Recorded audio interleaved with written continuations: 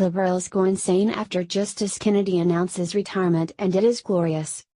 If you thought Democrats and the Hollywood elite went out of their minds on Election Day, you haven't seen anything until you take a look at the tear explosion that happened on Wednesday, immediately after Supreme Court Justice Anthony Kennedy announced his retirement.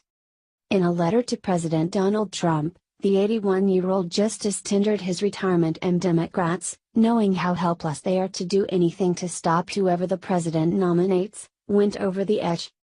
"My dear Mr. President," Justice Kennedy began, "this letter is a respectful and formal notification of my decision, effective July 31st of this year, to end my regular active status as an Associate Justice of the Supreme Court while continuing to serve in a senior status, as provided in 28 U.S.C. 371, b. For a member of the legal profession, it is the highest of honors to serve on this court.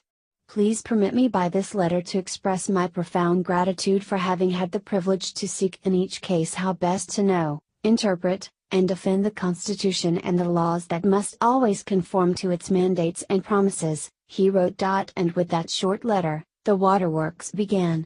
It was led in large part by the Hollywood leftists who think everything that happens means that America is going to become a fascist state or a real-life iteration of The Handmaid's Tale. The illegitimate POTUS will now try to ram a SCOTUS nominee through before November. So much for that McConnell rule. Calling on two principled Republicans to stand up against tyranny, wrote Rob Reiner, the actor most famous for playing Meathead on All in the Family. Supreme Court now completely right-wing. Trump's Supreme Court will take away our rights! Roe v.Wade, gay rights, too many to list! This blow couldn't be more severe! If we don't fight like our lives depend on it, some Americans could find themselves in internment camps, Cher wrote. Internment camps? What case would come before the Supreme Court in which 5 justices would allow internment camps? Every single institution or agency in our government is being dismantled by this administration. Congress, gone; SCOTUS, gone; the executive branch, in the hands of a madman; the FBI, DOE, EPA, etc., etc., etc. And you thought it couldn't happen here, Bette Midler wrote. But it was not just celebrities. MSNBC anchor Chris Matthews was ranting and raving at the news. If the Democrats in the U.S. Senate allow President Trump to pack the Supreme Court with a 5-4 majority for the next 30 years, it's not something the progressive Democratic voter will soon forget. 2 years ago, Republican Majority Leader Mitch McConnell mocked the Democrats by refusing to even meet with President Obama's court nominee.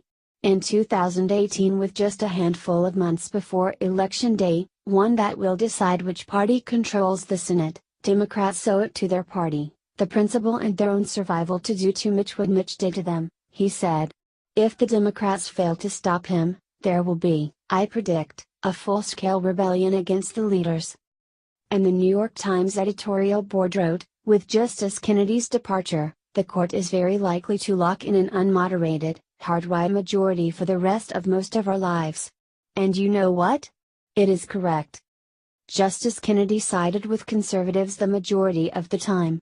But there were some major decisions in which Justice Kennedy gave victories to progressives. Those cases include legalizing gay marriage in the 2015 Obergefell v. Hodges case, reaffirmed the right to abortion in Planned Parenthood v. Casey in 1991, banned the death penalty for juveniles in 2005's Roper v. Simmons, and gave rights to Guantanamo Bay detainees in 2008's Boumediene v. Bush case. It is highly likely that whoever President Donald Trump appoints to the Supreme Court will ultimately be the deciding vote in finally getting rid of Roe v. Wade and affirmative action.